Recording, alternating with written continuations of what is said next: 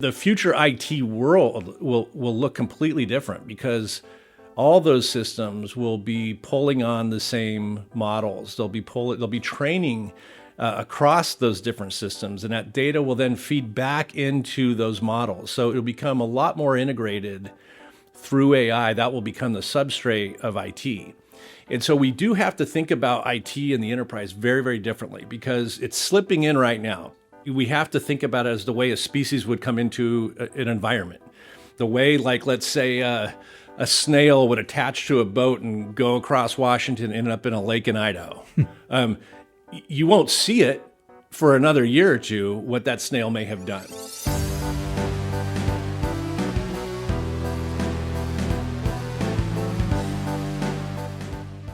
Bill Hilf spent decades inside the biggest names in tech, IBM, Microsoft, where he helped to launch Azure and led open source strategy, HP, where he ran cloud and enterprise systems, and Vulcan, where he was CEO of Paul Allen's portfolio of companies and philanthropies. He now chairs the board of the Allen Institute for AI and American Prairie, a Montana-based nonprofit that's working to create one of the largest nature reserves in the United States. But Bill, we're here for a different reason. That's right. It's great to have you here. We're here to talk about your first novel, The Disruption, which is a science fiction thriller about an artificial intelligence that escapes human control and keeps running for decades. It's also hard not to read it as a commentary, at least implicitly, about how the AI industry is building today and where we're headed. So, Bill, it's great to have you here. We've talked for many years, and it's fun to be able to sit down and talk with you in this context. It's great to be here, and it's like you said, we've talked over, I can't even know, at least over a decade. Since you were at Microsoft, so it's well over a decade. Yeah, so 2004 or 5, probably back then is when we first met, I think. As a tech leader, as somebody who has access to all sorts of ways to get your message out, you could have written a blog, you could have recorded a video, you could have given a keynote talk, which I'm sure you probably are as well. But why did you decide to write a novel? Yeah, well, I stepped down as the CEO of Vail Group, formerly Vulcan, just under 2 years ago. And I had been and continued to be the chair of AI2. And as you mentioned, I also chair the board of this large conservation project. So I spent a lot of time at the intersection of AI research and conservation, which is a little bit of a weird crossroads to be at. Yeah. And of course, it's news to no one how important AI is going to be to society and how important it is for us to be having a discourse about it. And I'm active in different areas from that nonprofit board service. I do some private client consults and that type of thing. But I always had been a deep fan of sci-fi since a little kid. Since, Star Wars, and Close Encounters. And I remember when I was in junior high and I watched War Games. I'm dating myself significantly here. And I remember thinking, wow, you can do that with a computer over a phone, and change the grade in the school system.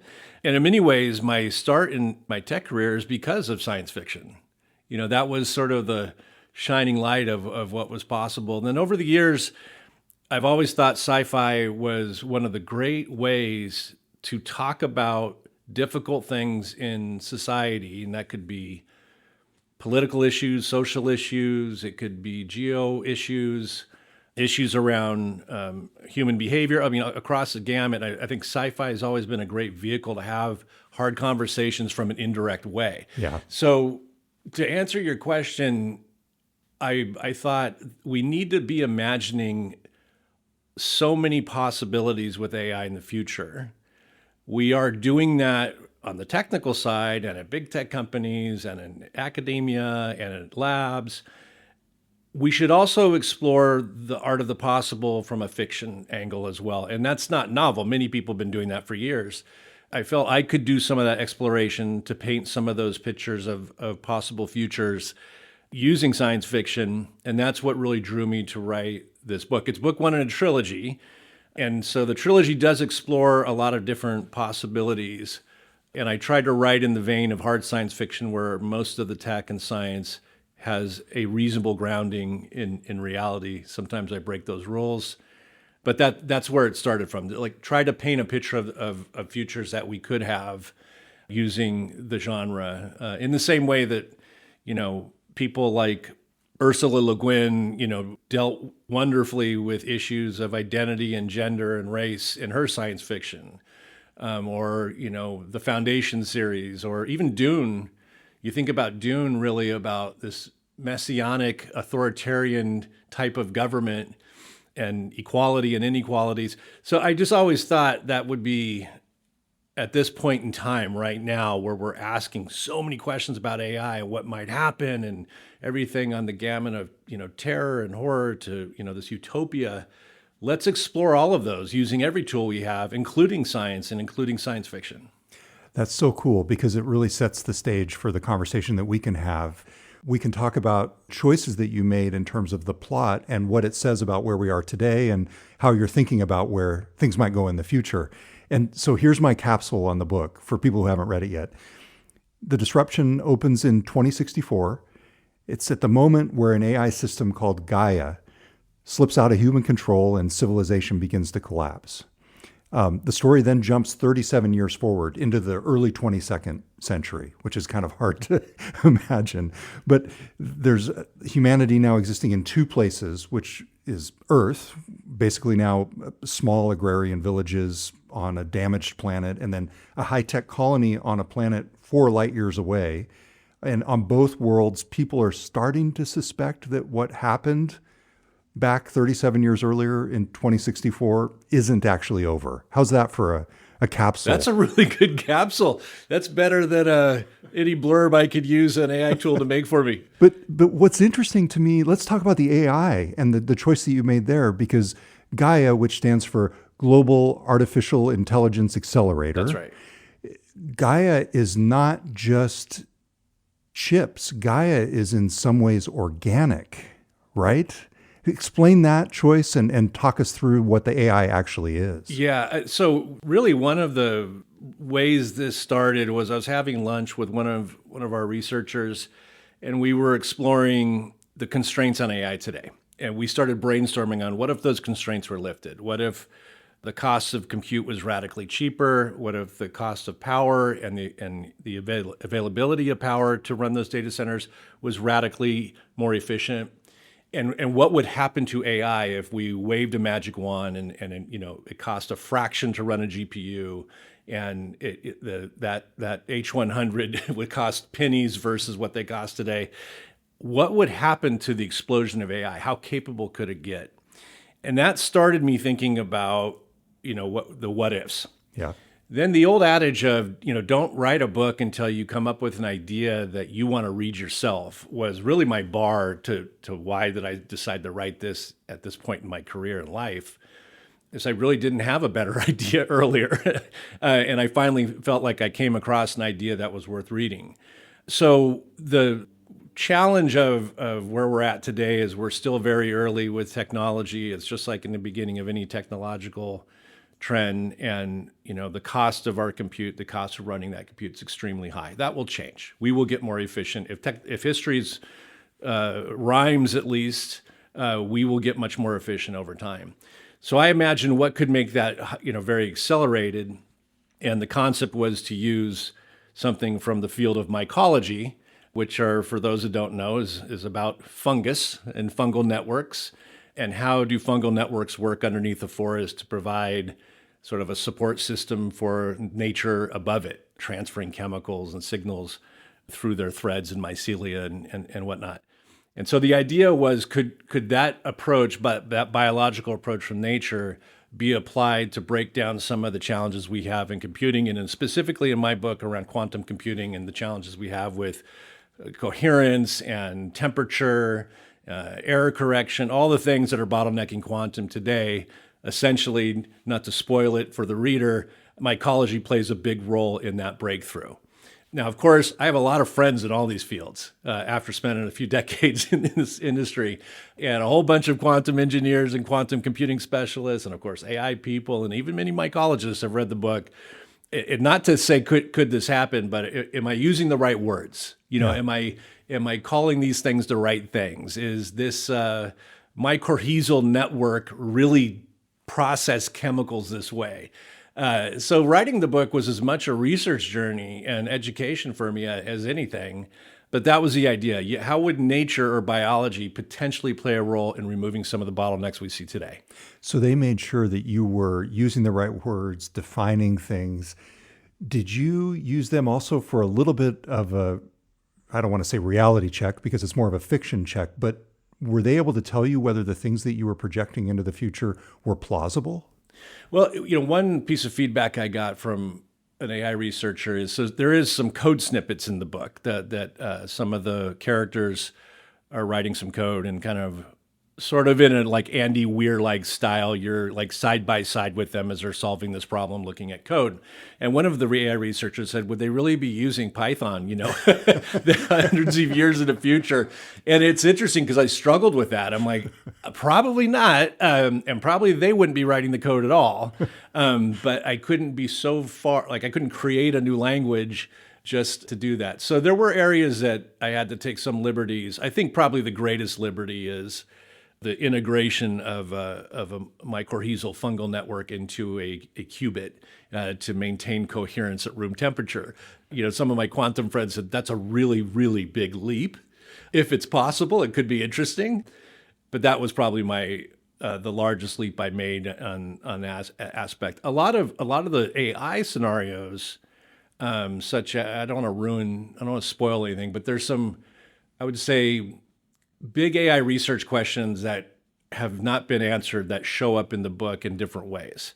There are some questions around conservation and ecology that show up in the book in different ways. And probably one of my greatest joys I've got so far, because it just released on April 7th, is when I have someone who is in a domain in one of those fields, they'll write me and say, hey, I picked up that Easter egg, or I recognize that quote, or I saw what you were doing with so-and-so's paper from 1997, how you integrated that idea. I love that because those are the breadcrumbs and Easter eggs I try to put in there. When you talk about conservation and ecology, are the main things on your mind natural resources and ensuring that we're not, stripping the planet of them in the process of giving ourselves this next generation technology, or is there more to it than that in your mind? Yeah, that's a good question. That's part of it. One of the things the reader will pick up early on is because of this interconnection between quantum and mycology, basically I'm trading out the scale cost of compute with the scale cost being biomass, being fungus, essentially. And that sets up the stage for this bigger kind of global picture that happens throughout the trilogy. What really I was trying to integrate, and I'm doing this in some ways outside of the fiction world, is the more time I spend in AI, the more time I spend in large-scale conservation, these two different nonprofits that I'm really involved with, the more I see a correlation, and I actually think it's more helpful to think about the growth of AI and the way we think about the growth in ecology or nature or in an environment. So the metaphor for thinking about that integration for me was not just resource consumption and impact to the world and climate change and all that, but also how do we start thinking about AI when it comes to trust and security and governance in a different frame of mind than we are today. We're looking at AI as a standalone technology that we're debating about. And like any technology, over time, it gets deeply embedded into a system, into an environment. And the more we think about the other parts of that environment as it relates to the AI we're injecting into it, I think the better it's going to help us think about how to govern AI. Often people call it like layers of the cake or parts of the stack, but it's less vertical in my mind and more horizontal. The word that you've used in an essay that you actually wrote was ecosystem. I want to talk about that when we come back. Let's take a quick break. Welcome back. It's Todd Bishop. I'm sitting down this week with Bill Hilf. He is a veteran of companies including Microsoft and IBM and HP. For many years, he ran Vulcan, which was Paul Allen's investment company, later known as Vail Group. And he currently chairs the board of the Allen Institute for AI. We're talking about his first novel, The Disruption, which is a science fiction thriller about AI. You're really combining the notion of technology, machines, and ecosystems. And in fact, in an essay that you wrote that we're planning to publish on GeekWire, it ends with this line: machines can be switched off. Ecosystems have to be survived. Unpack that for us. What do you mean by that, and how does it relate to where we're headed? In the disruption, it starts fairly dystopian, there's some dark parts of it. The trilogy does change over time, so we can think about things, because I do believe often people ask, are you a doomer, you're an optimist?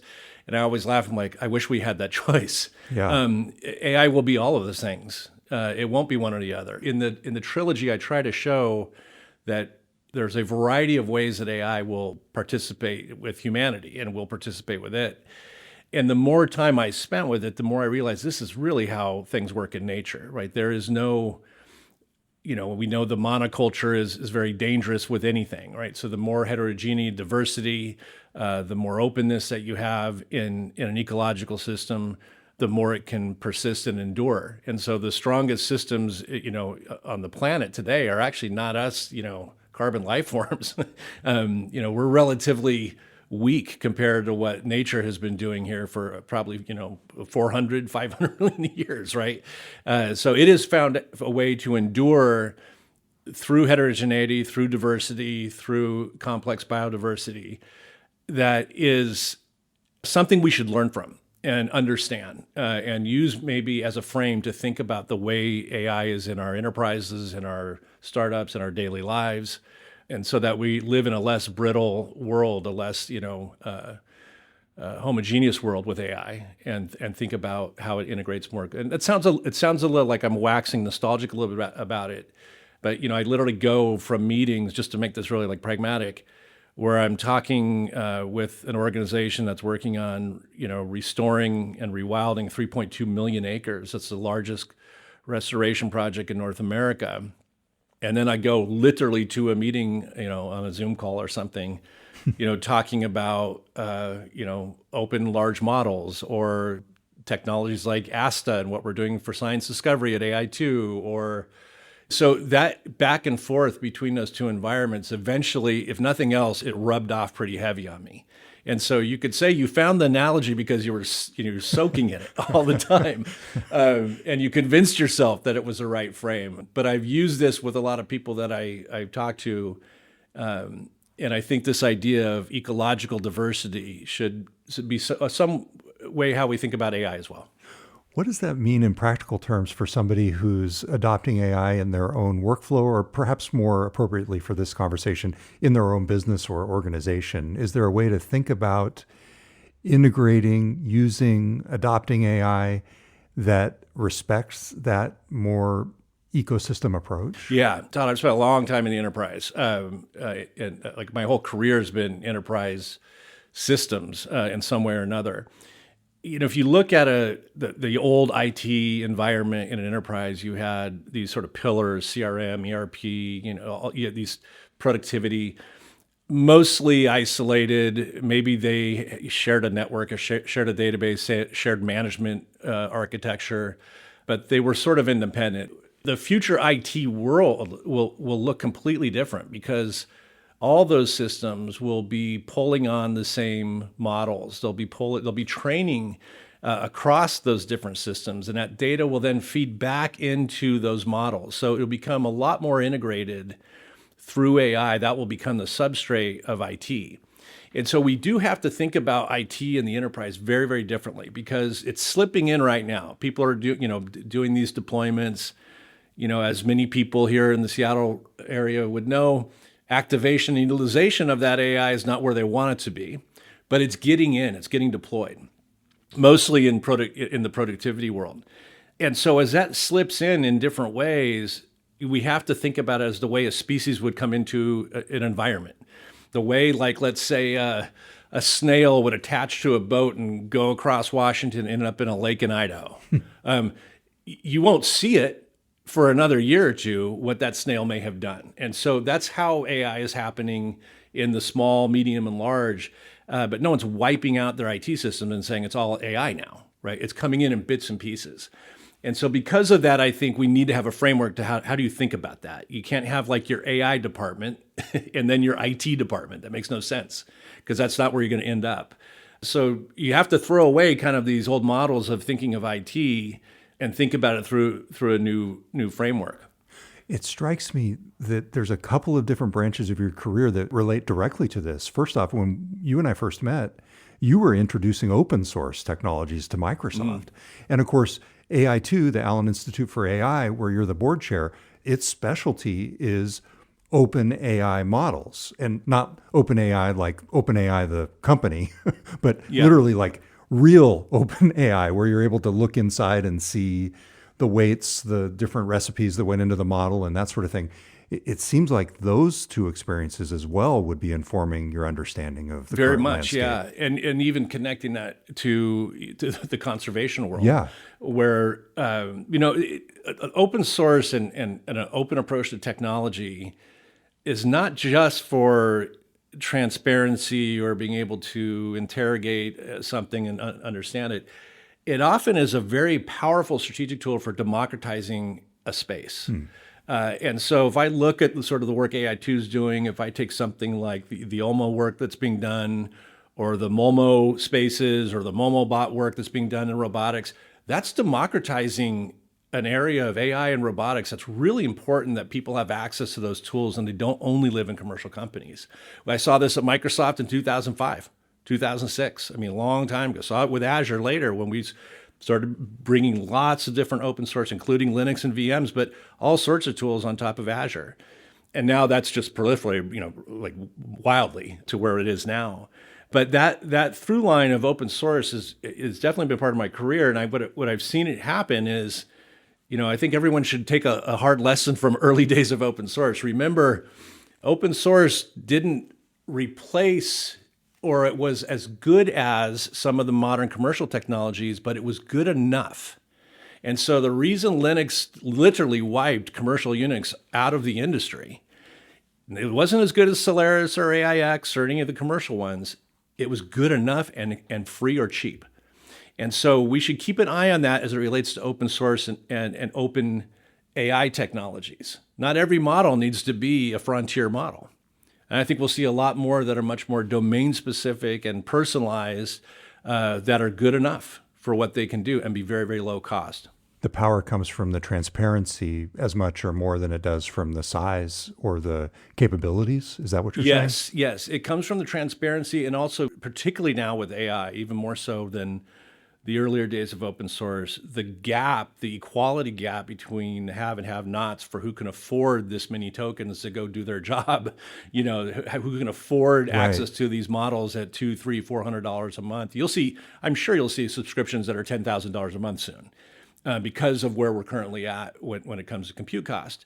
So that inequality gap is going to just widen and widen and widen, which is why open AI research work and open AI technologies are so important, because that's even broader than what was happening when I first was involved with open source.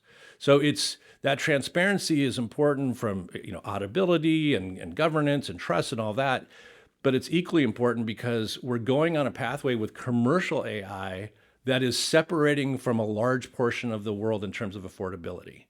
And I would say, so the open AI work that's being done at AI2 and other places is never more important. And we should say, and not to put too fine a point on it, but when we're talking about open AI here, we're talking about open source AI. Maybe we should say does AI2 end up saying open source more often than not for that purpose? No, what often we do is we'll say open models, open data, open model flows. They'll be more specific in how they describe it. So if you were doing a startup today or leading an enterprise organization, like how would you adopt some of the principles that you've come to see through your experiences with ecosystems, with ecology, with open source technologies? Are there specific things that you would do in a pragmatic way?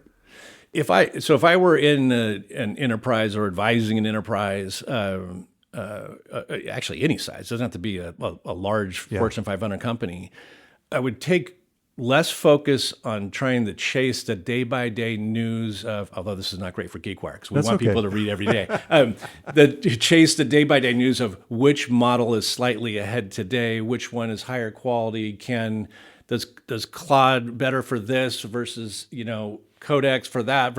Like it's so temporal and so ephemeral. Yeah.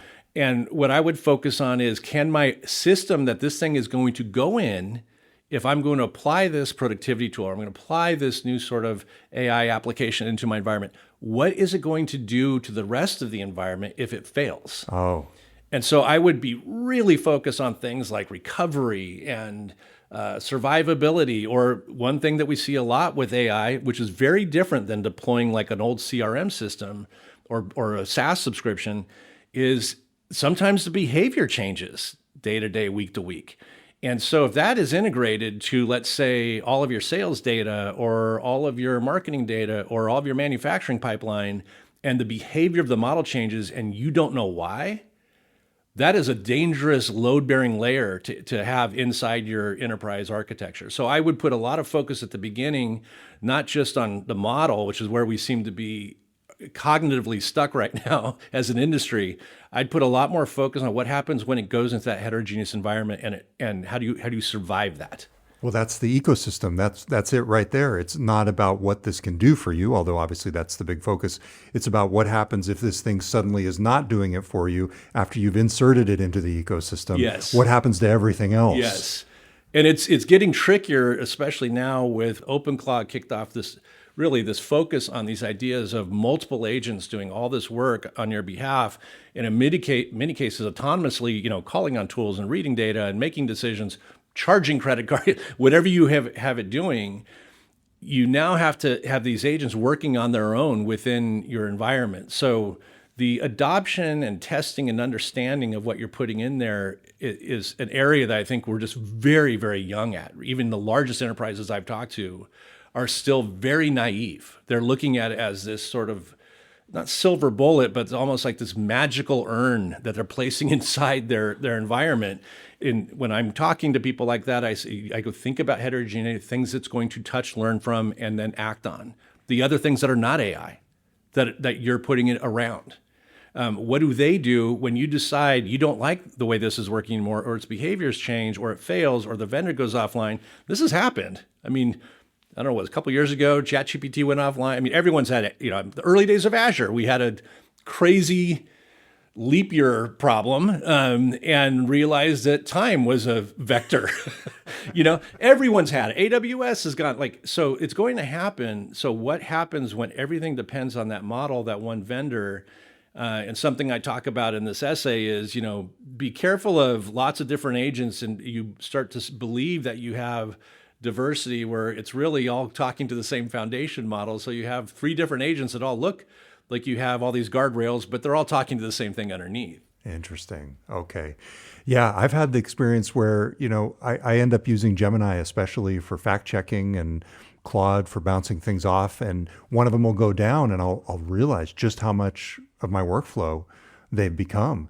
And to your point on the costs too, I've started to think about it in terms of productivity, not just as a piece of technology, but almost comparable to the productivity that you would get from another teammate. And so the amount that you're spending per month, it kind of changes the frame of reference for that line item on your monthly P&L. Yep. It's just a different kind of thing. But to your point, you can become too dependent. That's right. And I was thinking when I was my early days of writing software, and I was not a good software engineer, at a startup I was working at in the Bay Area, I had to prove I was good enough to get a Sun Spark 1 machine. So I could use a real Unix box to write my C code on.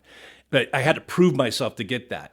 The difference between now and then is that machine I didn't need another million tokens every week for that machine and so this disparity, and this is happening all over, especially in the big tech companies, where lots of engineers are not able to get their job done because there's 1 or 2 that are able to get 10, 15, 20x, and they're getting essentially that Spark box, right? They're getting all those tokens to do their work. So that's happening amongst the software engineering elite. My larger worry is what happens to the people who aren't even software engineers, like someone who wants to use these powerful tools in a health context or some public good context. that don't have the money to pay those types of subscriptions or buy those types of tokens. And we're not on a good path for that right now. Everything is going up and being more expensive, and fewer people are having access. I'm talking with Bill Hilf about his new book, and we'll be right back with more. Welcome back. It's Todd Bishop. My guest this week is Bill Hilf, a longtime technology and business leader. His first novel is just out, The Disruption. It's a science fiction thriller about AI that escapes human control. I actually kind of marveled and relished the fact that this technology, Gaia, this combination of fungi and chips, basically, at a large scale, I mean, it was solving basically a fundamental problem for humanity every day, as you write in the book. I kind of want to stick there for a second because kind of that's where we might be in a decade or so. Is there a way for us to get onto that positive trajectory as, you know, a world and still keep in mind and manage for the downsides? I mean, like, I just want you to sort of live in that good part for a minute. Yeah. And this is why I always tell people, like, stick with the trilogy, because I'm taking you through a very dark dystopian world first. Yeah. And, you know, there's the opposite of that is a, you know, protopian version, which is a positive. My thesis on that is I also believe in reality, we're going to go through the same thing.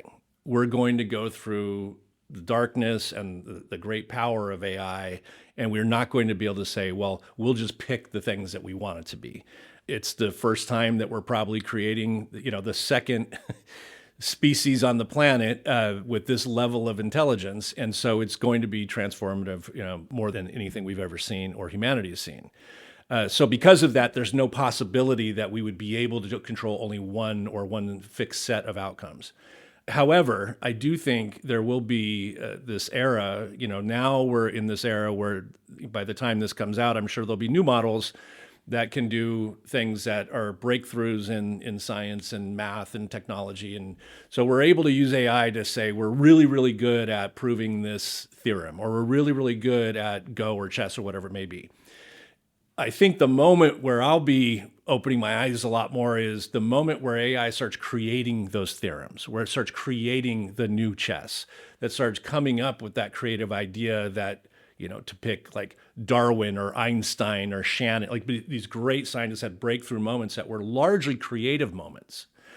They weren't just picking up math and looking at it a different way. You know, Einstein knew there was something wrong with these theories that existed about the speed of light. And he said, this can't be right. This can't, and he found this gap in space and time. Darwin, same thing. You know, said, how can we understand where this thing came from? Not what is it? That was the state of biology at that point in time. People putting pins in butterflies in museums and saying, this is the species. He asked, where did it come from? And biology never was the same after that. AI is not at that point yet, where it's doing the creative invention of new science and new breakthroughs. I think it has the potential to get there. I think first, though, it's going to enhance scientists to try to come up with those first. And that's why one of the projects I'm really excited about at AI2 is this auto discovery project out of the ASA team that basically you put a bunch of data into it, and it will challenge all the biases and presumptions in the data and give you these surprises and say, here's a surprising way to think about it. Now, that I think is going to rapidly accelerate the scientific discovery process in many fields. And I think we're going to see a lot more tools like that too, from the commercial companies as well as AI companies. So I think we'll see an era where our scientists are having those breakthroughs significantly enhanced from AI. And then I think there'll be a point after that where AI is able to do much of that on its own at a certain point in time. I actually don't think we're going to get there with transformers and LLMs. I think we're going to need to invent past that, and to use, you know, a phrase from Paul Allen, like, what's beyond the horizon? Like, what is beyond the transformer? And there are lots of people thinking about that and looking at what that might be. But I do actually believe a lot of those things are right in my book in the beginning, where we have these breakthroughs. I think that it'll be an amazing time. Like, there's literally never been a better time to be alive that I can think of. But it will also come with many challenges that we'll have to be thoughtful about and probably have to live through.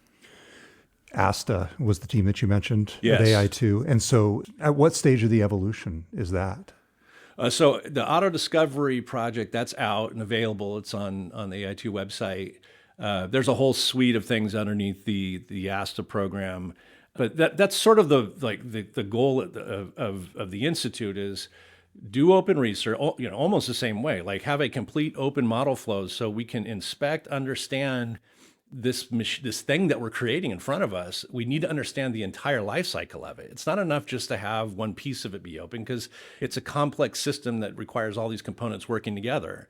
And the same is true with some of these tools like AstaBench and Auto Discovery. And you can go to the Auto Discovery website and it'll have sample data sets that you'll show you like, this is the current hypothesis. What about this? And so it doesn't replace the human, it will accelerate them. And from a sci-fi point of view, like I'm actually really excited about that cyborg future. Like I think it's going to be great to be a cyborg. I really do. Like, wouldn't it be great if all of your memory could just be stored in the cloud? When I walked in to saw you today and I go, when's the last time I saw you? Like I instantly would know and see it. Like, awesome.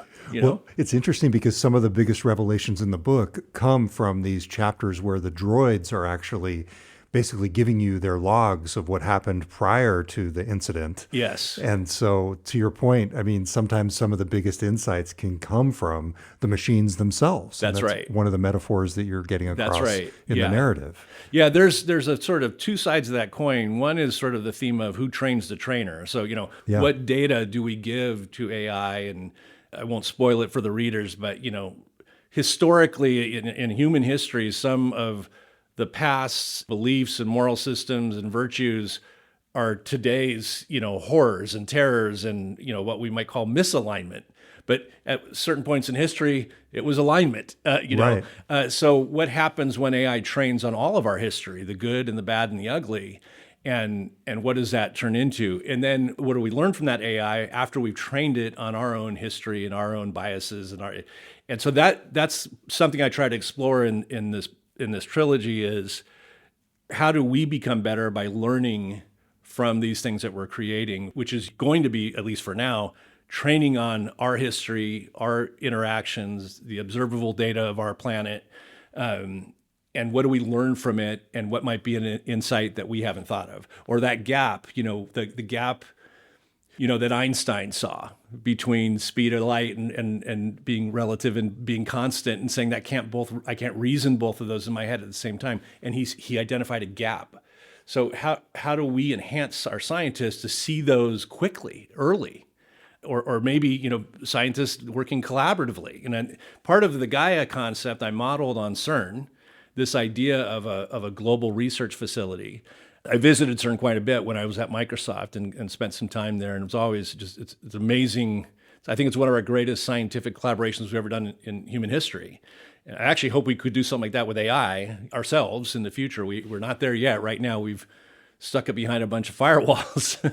And I think it's important, just like we're trying to find the origins of life at CERN, I think it's important that we think broadly about consortium and collaborations like that. So CERN, for people who may not know, is the European Organization for Nuclear Research. So the idea being that you could have some of the greatest minds in AI coming together in more of an altruistic way.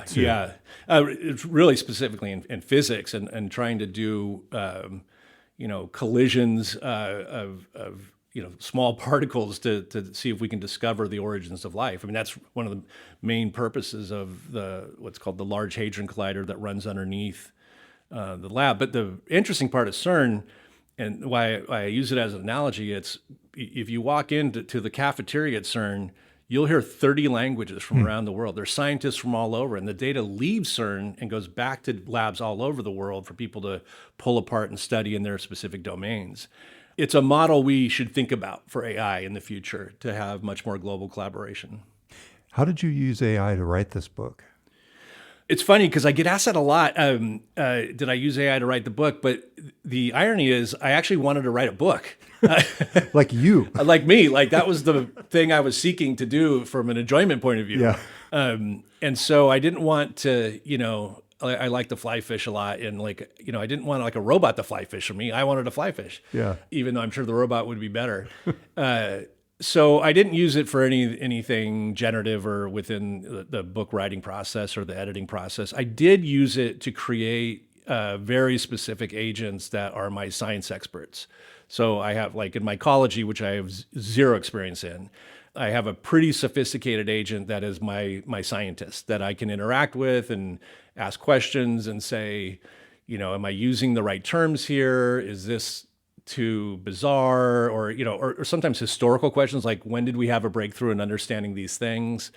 So I have a set of, like a panel of science experts, agents that I use I use as I research sort of the next book. So the third book, I've completed the second one. It's being edited right now. And then the third book is outlined. But as I explored some I would call pretty interesting hard science fiction concepts. Well, let me give you an example. Like the concept of time dilation is like when you travel, if you can travel, light years or travel near light speed, you have this phenomenon called time dilation that you have to deal with. It's a real thing.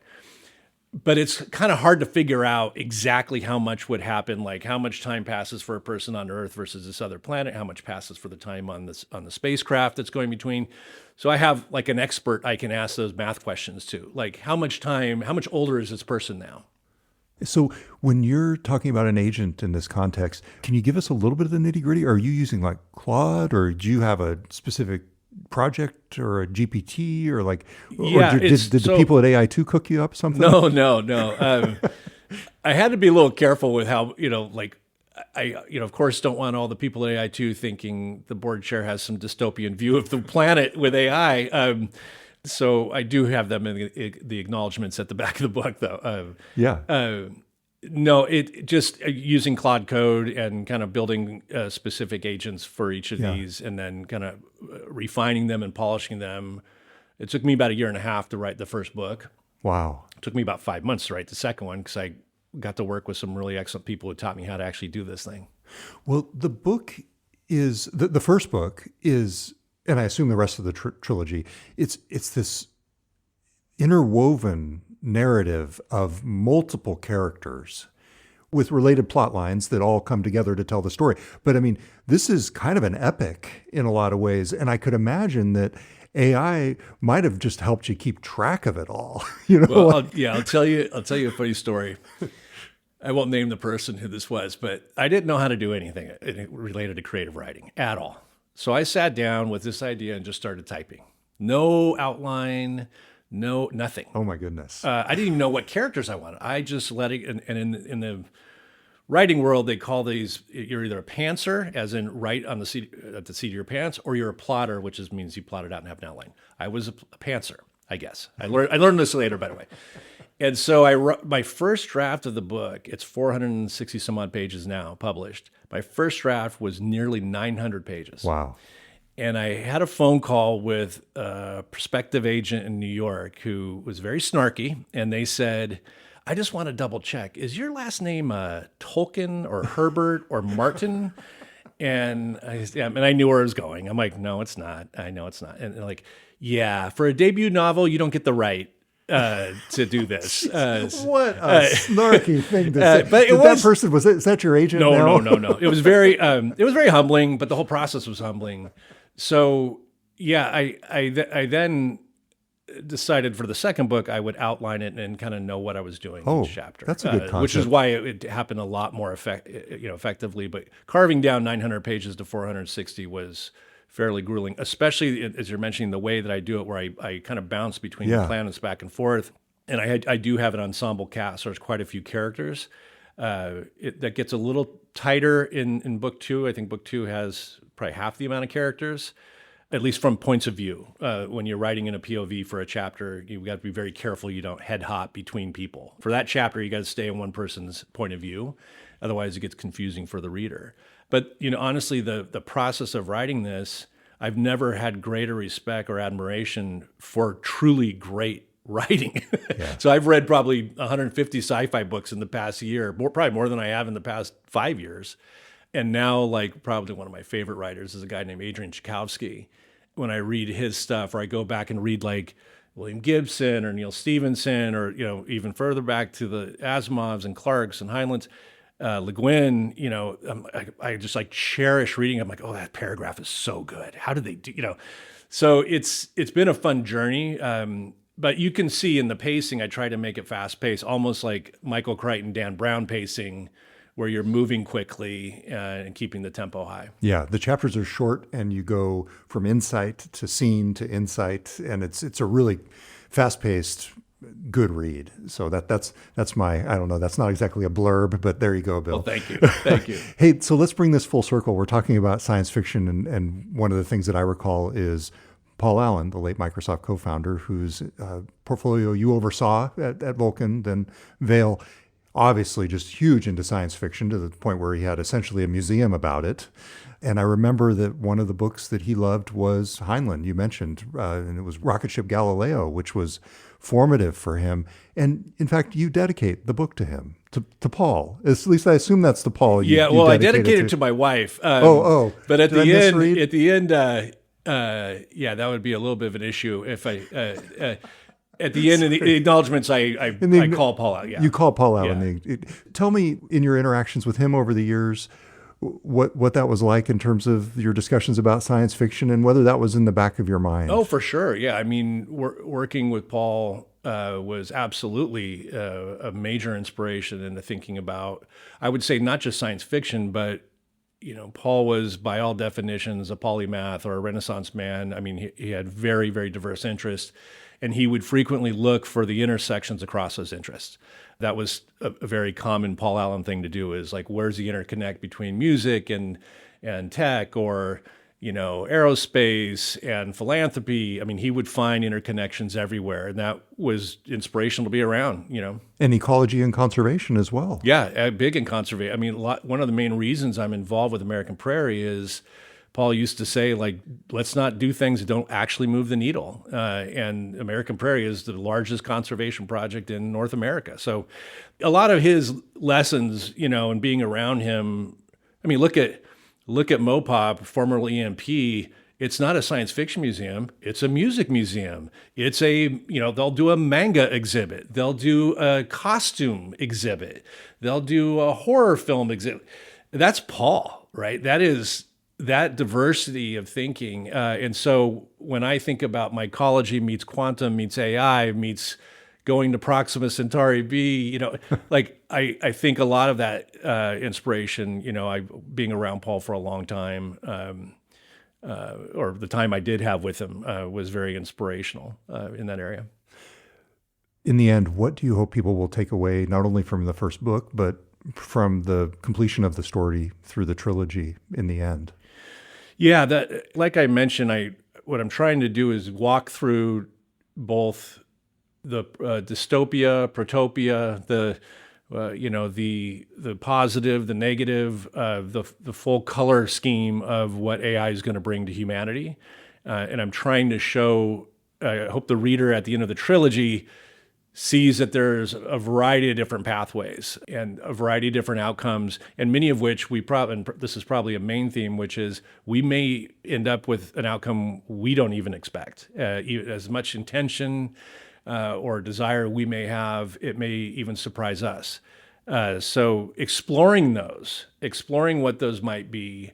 One of my inspirations when I was a kid was Star Trek. Like, Star Trek showed us a future that was positive, that was science-driven, that was multiracial, that, like, it showed us that way before those things were true. Like, it gave us an emotional register to say that could happen. The cell phone, the smartphone. It's so, like, I think about, like, Uhura, and, like, how many people did she inspire to go into NASA? Like, and this is before we became, or we tried to become, those things. And so I think great science fiction, and I'm not saying I'm anywhere near that, I'm not at all, but my hope would be that it gets people inspired about what a future might be related to AI. And I'm also subtly trying to weave in there, maybe think about it through an ecological lens, might give us some words, metaphors, and tools that can help us manage and govern this thing as we move forward. Bill Hilf, thank you very much for sitting down with me. It is an absolute pleasure, Todd. You can find a link in the show notes and on GeekWire to Bill Hilf's debut novel, The Disruption, published under the name W.H. Hilf and available now from Atmosphere Press. Also look for his opinion piece next week on GeekWire, which encapsulates many of these same themes. Looking ahead, we've got a big week coming up on GeekWire with Microsoft and Amazon earnings, plus the start of the trial in Elon Musk's lawsuit against OpenAI and Microsoft, and a lot more news. My colleague John Cook and I will be back next week on the show to recap everything. And be sure to check out the prior episode in the feed, my guest appearance on Cairo Radio, talking about Microsoft's surprise early retirement offer to thousands of its U.S. employees. Curt Milton edited this episode. I'm GeekWire co-founder Todd Bishop. Thanks for listening to the GeekWire podcast.